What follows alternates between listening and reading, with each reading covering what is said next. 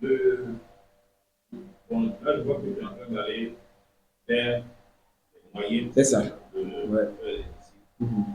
Mais avant ça, je voulais insister sur un aspect que tu as évoqué.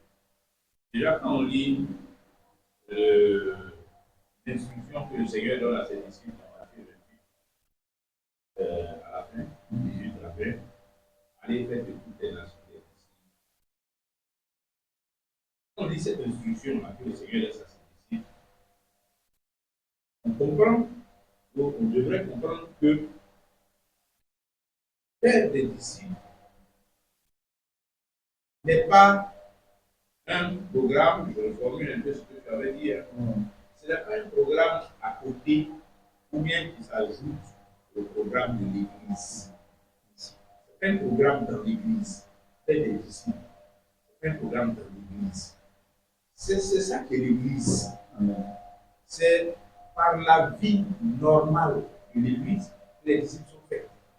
Par la vie normale de l'Église. Qu'on est disciple et qu'on fait des disciples. Donc, ce n'est pas un programme spécial. Ce n'est pas un programme spécial. C'est pas un programme spécial.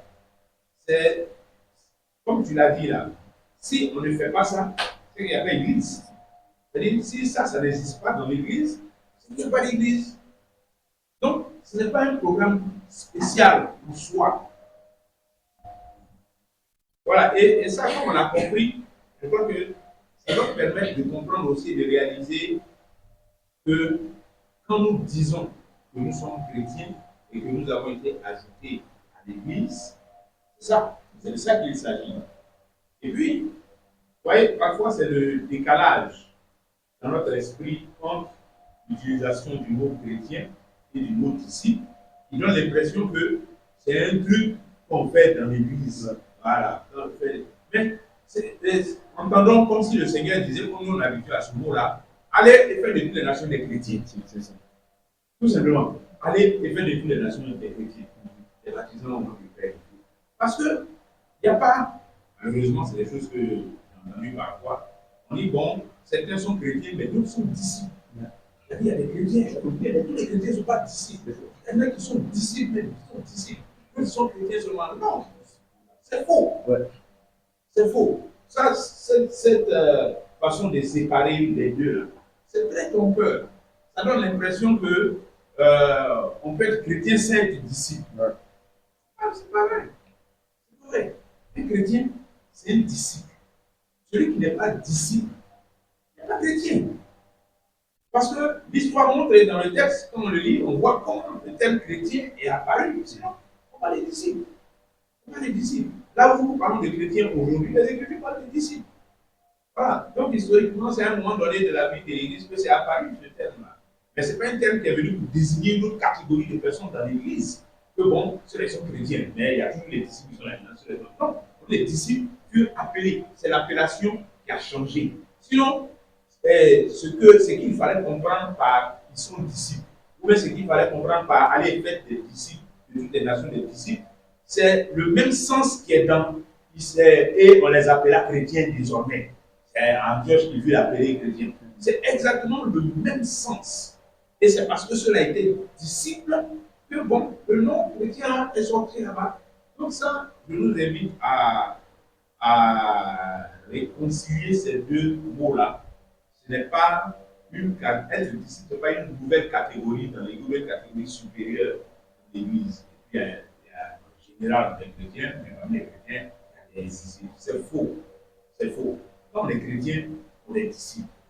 Quand on est disciple, on est chrétien. Ça veut dire la même chose. Donc quand on parle d'être disciple, ça veut dire être chrétien. C'est tout ce que le frère vient d'expliquer. Quand il dit il faut que nous soyons disciples.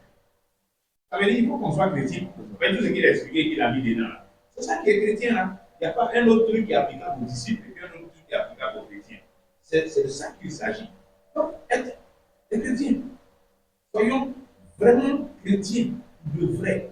De vrai. Et tout ce qu'il y a dedans, tout ce qui fait que les chrétiens, tout ce que les Écritures disent sur la façon de vivre pour être effectivement chrétien à la descendance de Christ, c'est ça que nous sommes Donc, c'est la vie normale et habituelle du chrétien qui est la vie de disciple.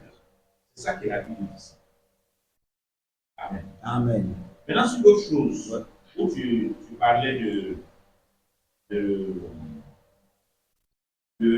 proverbe qu'on a lu là. Oui. Celui qui se relâche. Se relâche est frère de celui qui détruit. Ouais. Alors, là-dessus, ouais, ce à quoi ça me faisait penser, et je partage ça avec vous, c'est que les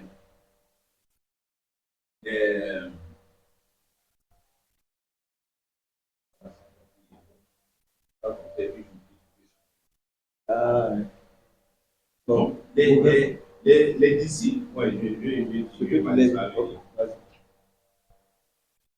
je disais, dans un deuxième temps, on a lu le proverbe là, celui qui se relâche dans son activité est frère de celui qui détruit. Voilà. Dans l'aspect être des disciples, l'appel qui nous est fait, et je nous exhorte, quand nous parlons là, pas qu'on lance ça loin, on est en train de parler de nous, nous sommes là, nous sommes en train de réfléchir ensemble à la lumière des Écritures, à ce qu'il y a lieu de redresser, d'améliorer, de renforcer, de chacun de nous personnellement, la construction de cette vie. Donc, quand on prend la pensée qui est dans ce proverbe-là, ça me fait réfléchir aussi, c'est que une façon de se relâcher dans le besoin que nous avons d'être avant tout ici, ça se manifeste aussi par une indolence qui fait qu'on ne va pas vers. Il y a cette habitude d'attendre que l'aimer vienne vers moi. Parce que peut-être Sabine va rester dans son coin jusqu'à ce que moi je vienne vers elle pour la motiver un peu, pour dire mais ma soeur, viens, on va faire quelques études bibliques, ou bien Carole va rester dans son coin, et puis bon, comme personne ne vient vers elle, alors quand je dis ça, je ne dis pas que c'est normal que personne ne vienne vers elle, c'est droit. Mais je me place du point de vue de elle qui est censée avoir des besoins, avoir besoin de quelques soins dans sa construction en tant que disciple. Et qui reste dans son coin. Ça participe aussi à se relâcher. Participe à se relâcher. Autant c'est la responsabilité de l'aider, de pouvoir ouvrir les yeux et puis voir ce qu'il peut apporter à l'autre. Mais ça, je dirais même que c'est dans la dimension de faire le disciple. Mais dans la dimension de être disciple, il faut qu'il y ait ce mouvement-là. C'est-à-dire celui qui a besoin d'être bâti, d'être construit là. Il faut qu'il comprenne qu'il doit aller. Il y a les frères qui sont là, il y a les sœurs qui sont là dans l'assemblée, vers lesquels tu peux aller et puis recevoir ce que tu recherches pour être bâti, pour être construit en tant que disciple. Ça aussi, c'est important. C'est important. Alors, j'ai pris des exemples dans une extrémité, mais c'est vrai aussi dans l'autre extrémité. Ça veut dire que, quand il dit l'autre extrémité, ça veut dire, par exemple, entre conducteurs, les conducteurs, on va dire quoi bon, je vais les appeler cadets. Les conducteurs qu'on peut appeler cadets devraient aussi avoir ce mouvement-là d'aller aller chercher l'instruction, aller chercher la connaissance, aller chercher, voilà, ça, l'expérience et tout ça aussi. Donc ça aussi, je dis, il faut qu'on ait l'esprit ouvert sur ça. Ce mouvement-là doit exister aussi. Et ça fera du bien aussi à l'œuvre. Merci Eric. Et d'ailleurs, avant que la sœur parle, c'est quelque chose que tu as textuellement dit, une chose par rapport pour moi à l'aspect pratique même de cette question d'être fait disciple et puis de faire le disciple, effectivement. C'est quelque chose que je voulais même parler de ça. Je pense que, voilà, déjà on pourra revenir un peu là-dessus. Mais c'est vraiment, j'approuve vraiment tout ce que le frère vient de dire là. Voilà. C'est vrai que je ne l'ai pas nécessairement mis en rapport avec le test de proverbe, mais en pratique, c'est cela. Voilà. J'allais venir à quelques considérations concrètes, comme je vous ai dit, bon, moi, je suis disciple, je suis chrétien, mais oui, c'est vague, c'est dit comme cela, mais je fais quoi concrètement? Vu qu'on dit, je dois prendre au sérieux ma croissance dans le Seigneur, mais qu'est-ce que je fais concrètement? Et on allait venir en détail. Comme on était dans Colossiens, je voulais profiter déjà là pour nous montrer que ne soyons même pas bornés au fait que si on n'est pas prédicateur, on n'est pas apôtre, comme la fois le frère par exemple, c'est pas. On voit ici que même par la prière sérieuse, on peut travailler à faire des disciples. Et j'ajoute quelque chose avant, vu que j'imagine que ce que tu voulais dire, ça doit être dans le sens de ce que le frère dit. Voilà. Donc, on va lire le texte et puis on va donner la parole à lui. Colossiens 4, verset 12 et puis verset 13. Donc, c'est vraiment des choses importantes. Voilà. Et je veux dire que si on reçoit bien ces choses-là, voilà, pour ceux qui sont là, les pratiquants, les vivants, ça va apporter beaucoup de bonnes choses à l'église de Dieu, à son œuvre. Et vous imaginez même nous qui sommes là, si on prend ces choses-là à cœur la main, l'Assemblée ici n'a même pas besoin de beaucoup de temps pour pouvoir aller de mieux en mieux. Voilà. Parce que nous-mêmes, on s'inscrira correctement dans cette école. On devrait, par nature, être déjà dedans comme chrétien. Mais bon, il faut aussi une conscience claire aussi qui accompagne cela. Et secondement, on sera aussi clairement engagé à nous donner aux autres. Et ça apporterait naturellement beaucoup de bonnes choses à l'œuvre de Dieu. Alors, Colossiens 4, 12 à 13 ans, parlons toujours d'Épaphras. Qu'est-ce qui est écrit? Et Irénée, tu peux lire pour nous. Épaphras, qui est des vôtres, vous salue. Serviteur de Jésus-Christ, il ne cesse de combattre pour vous dans ses prières. Ouais, non. Il dit combat pour les frères dans ses prières. Et je précise, quand on dit combattre dans ses prières, ce n'est pas prier un jour et puis oublier qu'il y a une église à Colosse après. Ouais, continue. Afin qu'il combat, afin que parfait et pleinement persuadé. Il prie pour que vous soyez parfaits et que vous soyez pleinement persuadés. Vous persistiez dans une entière soumission à vous. Vous voyez, ça c'est des grands sujets. Il prie pour que les frères soient parfaits, persuadés et que les frères fassent quoi? Qu'ils persistent dans toute la volonté de Dieu. Il faut que les frères persistent dedans. Parce que vous savez, il y a des choses même, ça peut arriver même dans nos vies. Hein. Il y a des choses, tu crois ça un jour, après tu vois que tout le monde semble ne pas trop s'intéresser, après tu ne crois plus ça. Et le verset 13 dit quoi? Je lui rends le témoignage. Je lui rends le témoignage. À une grande sollicitude. Oui. Pour vous. Oui. Pour ceux de la Laodicée. Oui. Et pour ceux d'Hiérapolis. Voilà. Donc, dans Darby, on dit car je lui rends témoignage qu'il est dans un grand travail de cœur pour vous. Oui, un grand travail.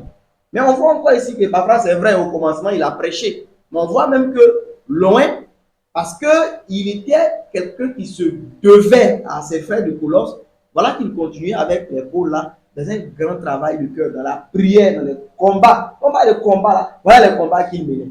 C'est des combats pour que les frères soient pleinement persuadés, qu'ils persistent, qu'ils restent dans la pleine volonté de Dieu. Voilà, ça c'est des grands combats. Il n'était pas dans les briser des liens, non. Voilà, il priait pour autre chose. Amen. Bien, donc c'était juste pour avancer un peu pour montrer que on peut, merci, on peut faire des disciples par l'enseignement, par la prédication, mais on peut en faire par la prière. Et si on dit prière, on peut ajouter dessus le jeûne et par toutes les autres voies, même les plus insignifiantes. Alors oui, lis et puis on va passer à la sœur. Épaphras, qui est aussi l'un des vôtres, vous envoie également ses salutations. Un serviteur de Jésus-Christ, il combat sans cesse pour vous dans ses prières, pour que vous teniez bon, comme des adultes dans la foi, prêts à accomplir pleinement la volonté de Dieu. C'est 13. Je lui rends ce témoignage. Il se dépense beaucoup pour vous. ainsi que pour ceux de Laodicée et de Hiérapolis. Amen. Alors, donc, mais retenons les choses qu'on partage. Je veux dire que je veux qu'on les rende un peu plus simples, plus concrètes, plus pratiques, pour qu'on comprenne mieux. Voilà, c'est pas de nous faire une prédication magistrale sur c'est quoi être disciple et puis on ne comprend rien. Voilà, donc, si quelqu'un a une question, une préoccupation, personne peut intervenir ou bien quelque chose pour ajouter. Voilà. Mais qu'on sort d'ici, non seulement qu'on ait bien compris, qu'on aille faire des ajustements dans nos propres voies et que, parce que vous voyez, si on vient un mardi comme ça, deux mardis comme ça, et que de nos mardis là, les gens voient comment nous-mêmes déjà on marche de mieux en mieux et qu'on commence même à aider à l'œuvre, mais toute l'église va venir. Des gens ils veulent voir quoi, comment c'est bon avant de pouvoir venir. Alors, déjà, je commence par être d'accord avec toi sur l'aspect de on entre dans le Seigneur avec des dispositions différentes. Moi, quand je me suis converti, j'ai été plus dans le style de ce que je suis en train de recommander. Nouveau converti que j'étais, il fallait que je tuais les gens. J'ai lu ça là, viens de m'expliquer ça. Et quand on m'explique, non, non, mais pourquoi ici c'est comme ça, tu n'as pas dit d'accord. Dans l'autre passage, là, j'ai vu l'autre passage, est-ce que ici c'est comme ça? Voilà. Parce que j'avais cette curiosité, cette faim de connaître. Voilà. Mais tout le monde n'est pas comme ça.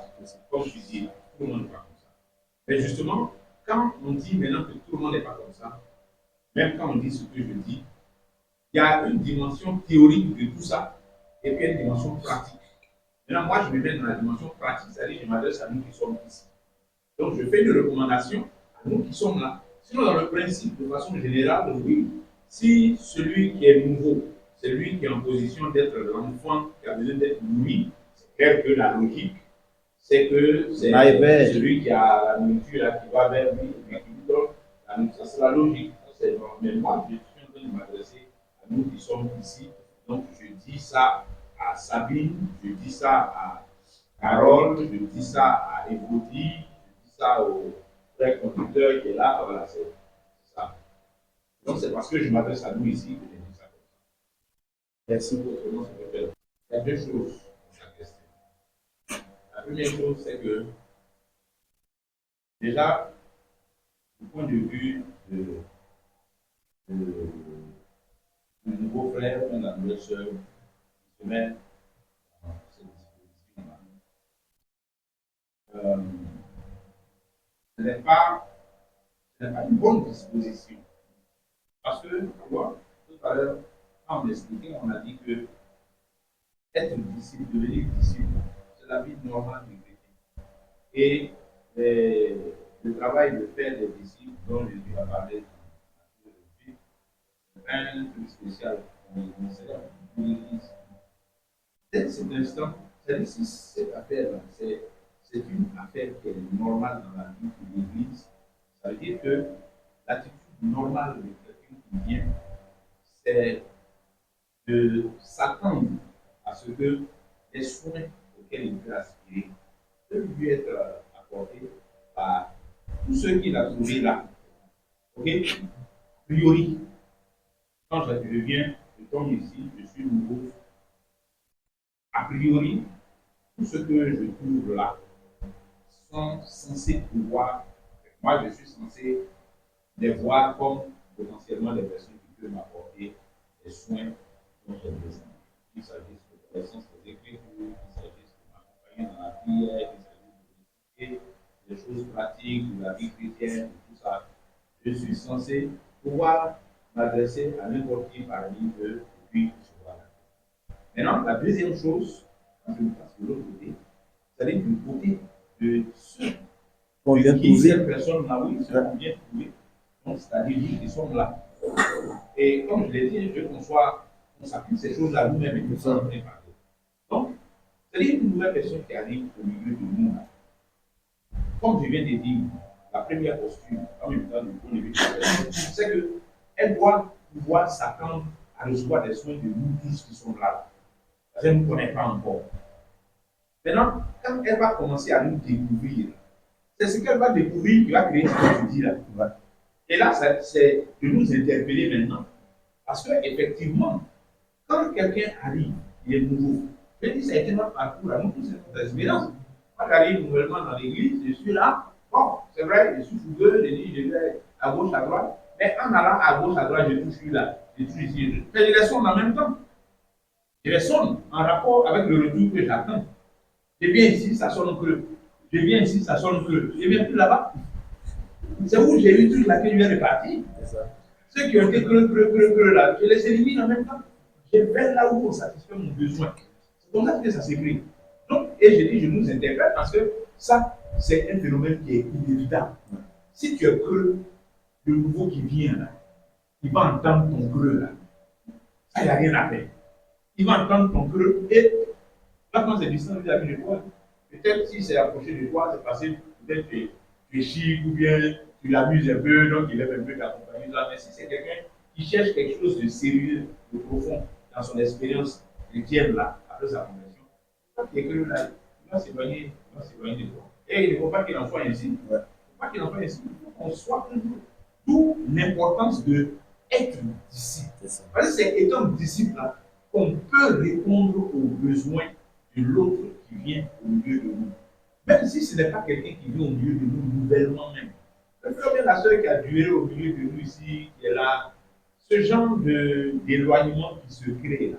Bon, pas éloignement forcément en parlant, mais ce genre d'éloignement qui se crée là, ça existe.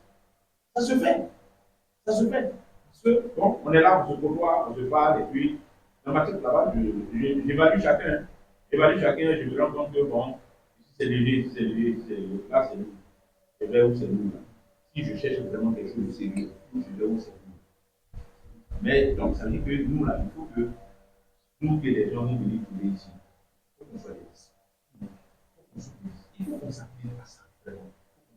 Et ça me permet de dire quelque chose. Vas-y, vous voyez, dans l'église, il y a comme, et ça s'inscrit dans ce qu'on vient de décrire là même, il y a, et également la paix de ce proverbe-là encore, celui qui se relâche.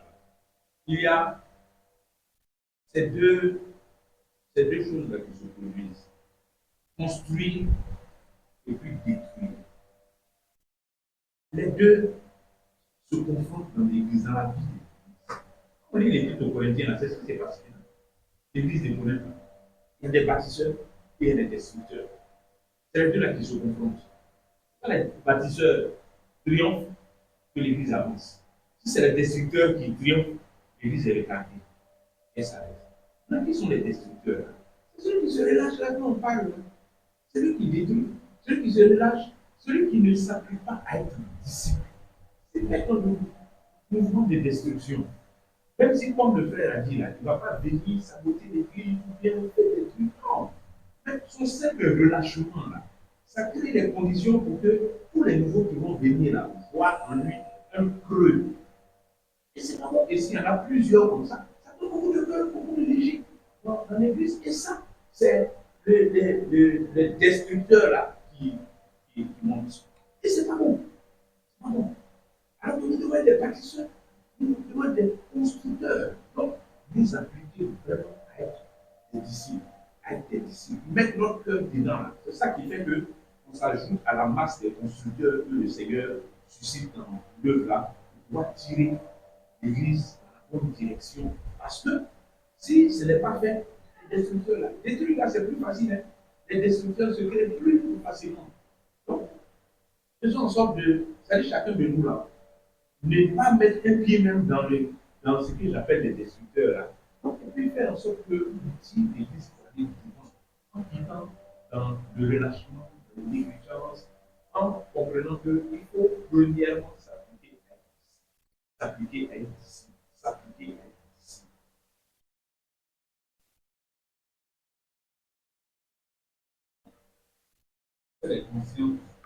De son état, du fait que ce qu'elle est en train de dire, ce n'est pas être chrétienne. De toutes les façons, le frère revient à ce que je disais.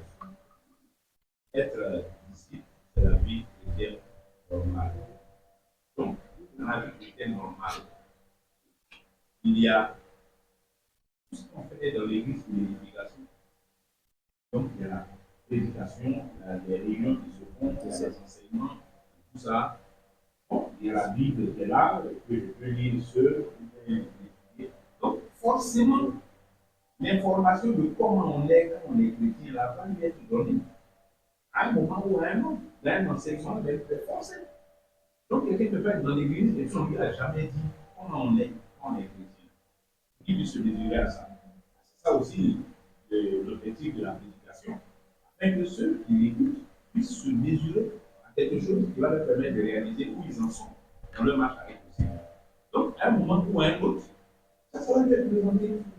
Et cette personne aura l'occasion de se juger, de comprendre que, de prendre conscience que la posture dans laquelle elle est, ce n'est pas une posture normale.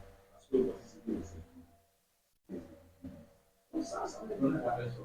Maintenant, si je vais au-delà de ta question, si une personne qui est dans l'église et qui entend ces choses et qui reste indifférente à ça, à ce moment, c'est de remettre en cause sa conversion. Voilà. Ok. Alors, je vais dire que bon, les préoccupations que tu donnes,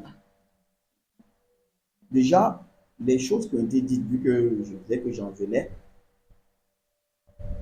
quand la parole de Dieu nous est présentée, elle parle sur les deux côtés. Voilà. Par exemple, Paul, en parlant aux frères de Thessalonique, il a dit qu'il y a certains qui profitent de la générosité qui doit régner dans l'Église pour vivre sur le dos des autres. Il dit à ceux-là, nous leur enjoignons de travailler de leurs propres mains, abandonner ces voies mauvaises-là. Maintenant, de l'autre côté, il dit aux frères aussi, parce que vu qu'il y a des gens qui donnent, eux aussi peuvent se mettre dans une posture de « Ah, nous on ne va plus donner ». Il dit « Non, vous, continuez à faire le bien ». Donc, je disais que, et d'ailleurs, c'est d'ailleurs pour moi très bien que ça soit déjà ouvert parce que je dis que je veux que ça soit pratique et je veux surtout que on fasse bien les choses. Donc, ce n'est pas nous donner toutes sortes de mots grecs, etc. Mais qu'on comprenne ce qu'on a à faire. Je peux faire une petite parenthèse pour rejoindre un peu Ruth dans ce qu'elle est en train de dire par rapport à cette question de est-ce que la personne est consciente, par exemple. J'estime que la sœur, par exemple, tu vois tout à l'heure ce que tu as expliqué, Eric, touchant le fait que être disciple, ce n'est pas un programme spécial de la vie chrétienne. C'est ça la vie chrétienne. Moi, je vais dans ce sens, pour rejoindre un peu la sœur. Même ce que tu viens de dire là, si quelqu'un parmi nous ici veut l'avouer, quelqu'un même peut peut-être avoir mieux réalisé qu'en fait, c'est comme ça effectivement qu'il faut vivre comme chrétien.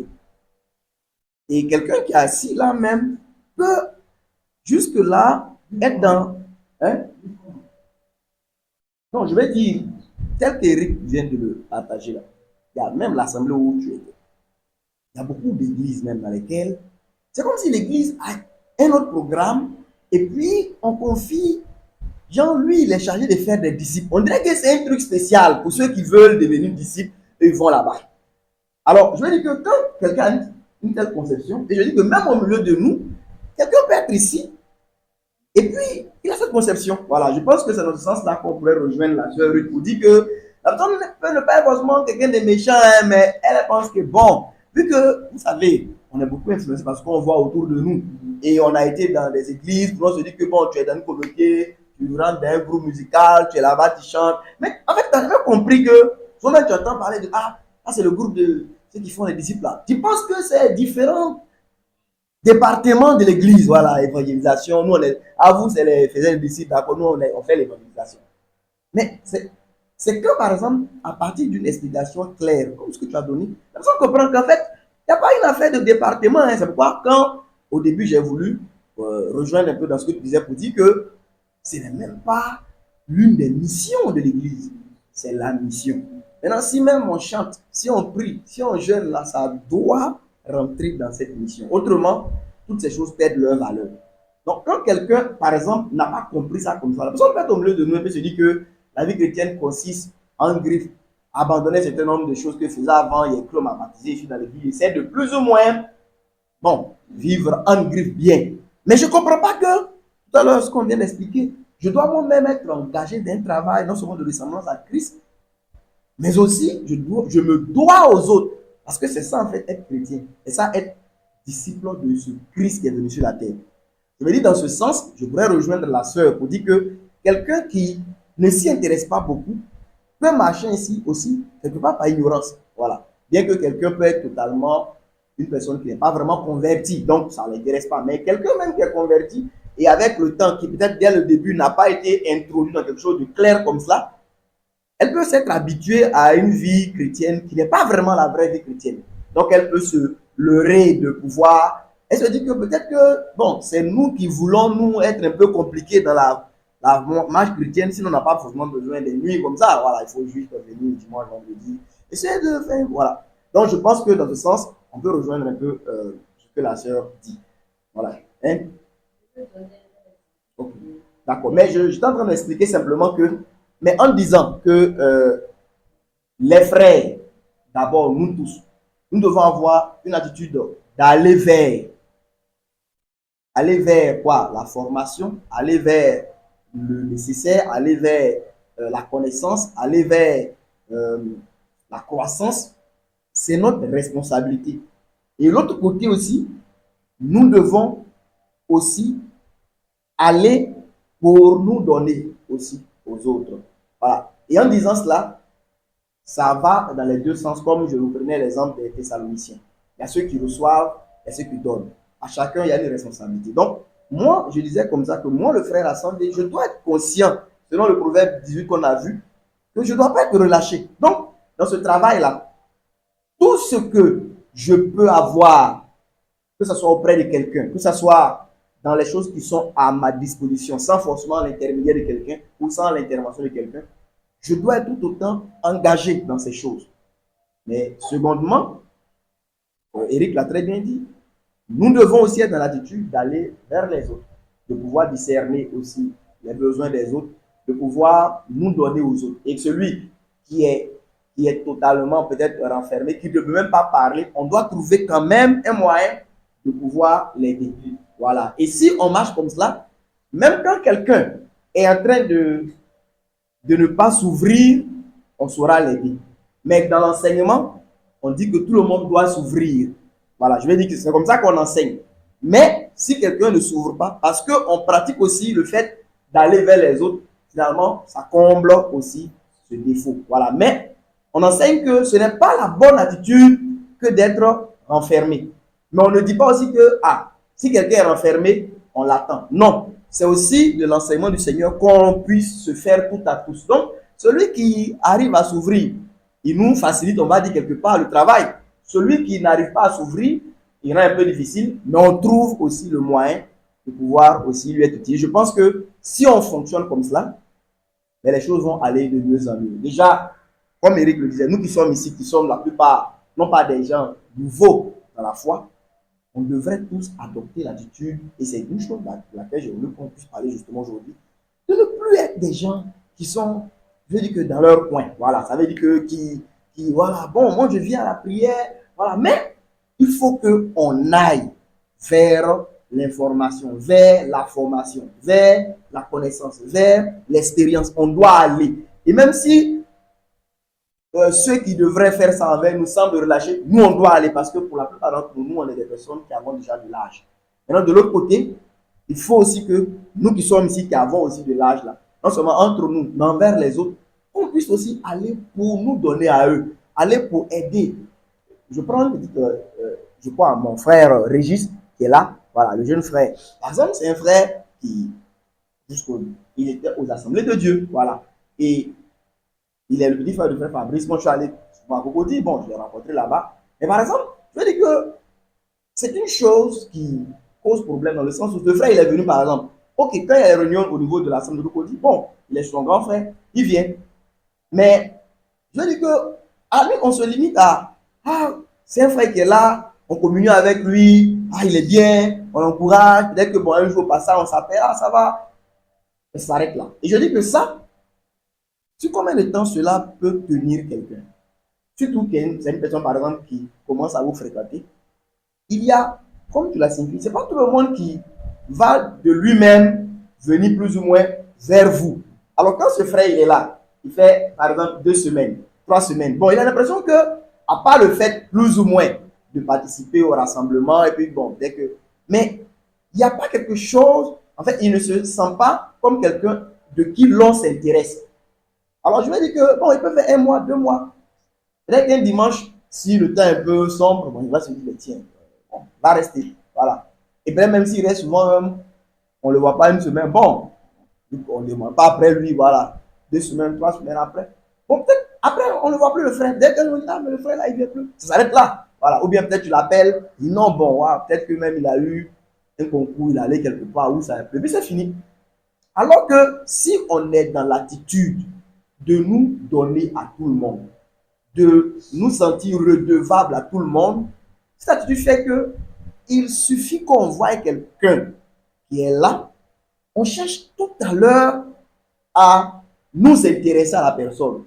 Et dès que, par exemple, on voit même que c'est quelqu'un qui est déjà converti, qui veut du Seigneur, déjà, on voit comment. On n'a pas dit qu'on va établir un programme, mais on voit comment se donner à elle, on voit comment l'aider à pouvoir davantage s'affermir dans le Seigneur. Ça, par contre, c'est quelque chose qui peut fidéliser d'une manière plus solide des personnes. Et les communautés qu'on a plus ou moins souvent, qu'on voit, même si ce n'est pas pleinement comme le Seigneur le veut que les gens font, mais toutes ces histoires de où sont les nouveaux, on va prendre leur numéro, on va vous donner un peu de bissap, on va te rappeler, on va te faire remplir un cahier, on t'appelle en semaine, on vient te voir. Mais toutes ces choses-là, et ça aide des gens à être fidélisés. Les gens qui se disent que à cela. Mais il y a des gens même qui arrivent là, mon cher, ça va? Okay. On dirait qu'on vous est là il y a longtemps. Voilà. Bon, il y a des gens qui voient ça là. C'est fini, hein, c'est la première, la dernière fois. Il ne vient plus. Et je me dis que ce n'est pas des techniques marketing qu'on doit utiliser dans l'œuvre de Dieu. Mais ce que le Seigneur a enseigné là, si on pratique ça bien, ça va aussi, en tout cas, permettre que les choses aillent de mieux en mieux. Donc, moi, par exemple, ce jeune frère, moi je suis à la Cocody, je l'ai vu 2, 3 fois. Bon, c'est ce qu'on est en train de dire aussi. Il y a cette capacité aussi de pouvoir voir le frère. Et puis, c'est moi qui suis allé vers lui. Bon, c'est un frère, je me dis qu'il avait beaucoup d'estime pour le frère Sandé, mais de loin, peut-être, il n'estimait. Et il n'osait même pas peut-être m'approcher comme ça. Mais je suis là approché. Et puis, je lui ai dit que non, toi, je vais te prendre. Comme on dit pour la vue, Timothée, il voulait le prendre et puis il a pris la place. Il dit, je vais te prendre. Voilà. Qu'est-ce que tu dis? Il dit, bon, il a demandé à son grand frère. Voilà. Fabrice a dit, ah, il faut partir. Donc, lui aussi, il dit qu'il est d'accord. Et puis, je l'ai pris. Voilà. Mais aujourd'hui, par exemple, c'est un bien-aimé frère qui est là. Je vais dire que non seulement j'ai voulu lui apporter un certain encadrement, et puis, il me sera aussi utile pour l'œuvre de Dieu. Mais bon, aujourd'hui, voilà, il est parti voir son frère. Mais par exemple, il est connecté. Et aujourd'hui, c'est un des frères qui est là avec nous. Et je me dis que si chacun s'appliquait à se donner aux autres, tout le monde ne peut pas faire forcément ce que je fais. Mais si le principe est là, qu'on ne voit pas un frère, voilà la soeur Carole qui est venue, mais bon, si elle est là, et que bon, on la salue seulement, peut-être qu'elle peut venir, mais après, bon, après, à part les réunions, à part. Mais déjà qu'il y a de la communion avec tel frère, telle soeur, quand elle vient même, voilà, Eric va l'appeler, parler avec, essayer même de lui donner des orientations, que la soeur évolue, lui dise comment même lire la Bible, essayer de... Toutes ces choses-là, la personne réalise que, je veux dire, elle est dans quelque chose qui l'intéresse. Et si tant est que, comme on l'a dit, c'est quelqu'un qui est vraiment converti, c'est des choses qui vont l'aider à progresser. Mais nous limiter essentiellement à la communion qu'on a en général, bien que ces choses aussi participent à ce travail, mais c'est des choses qui... On ne devrait pas se limiter qu'à ça. Voilà. C'est un peu comme, ça c'est la nourriture, c'est l'appel général, c'est la nourriture générale, ce sont les soins généraux. Ok, tout le monde prend part à ça, mais on finit ça là, individuellement, en petits groupes, dans le secret, dans les relations de chaque jour, il faut que nous ayons cette pensée que je me dois à cette soeur et que je puisse voir comment je puisse lui être utile. Et si on marche comme ça, je crois que les choses iront de mieux en mieux. Voilà. Donc, avant d'aller plus loin, je te passe la parole.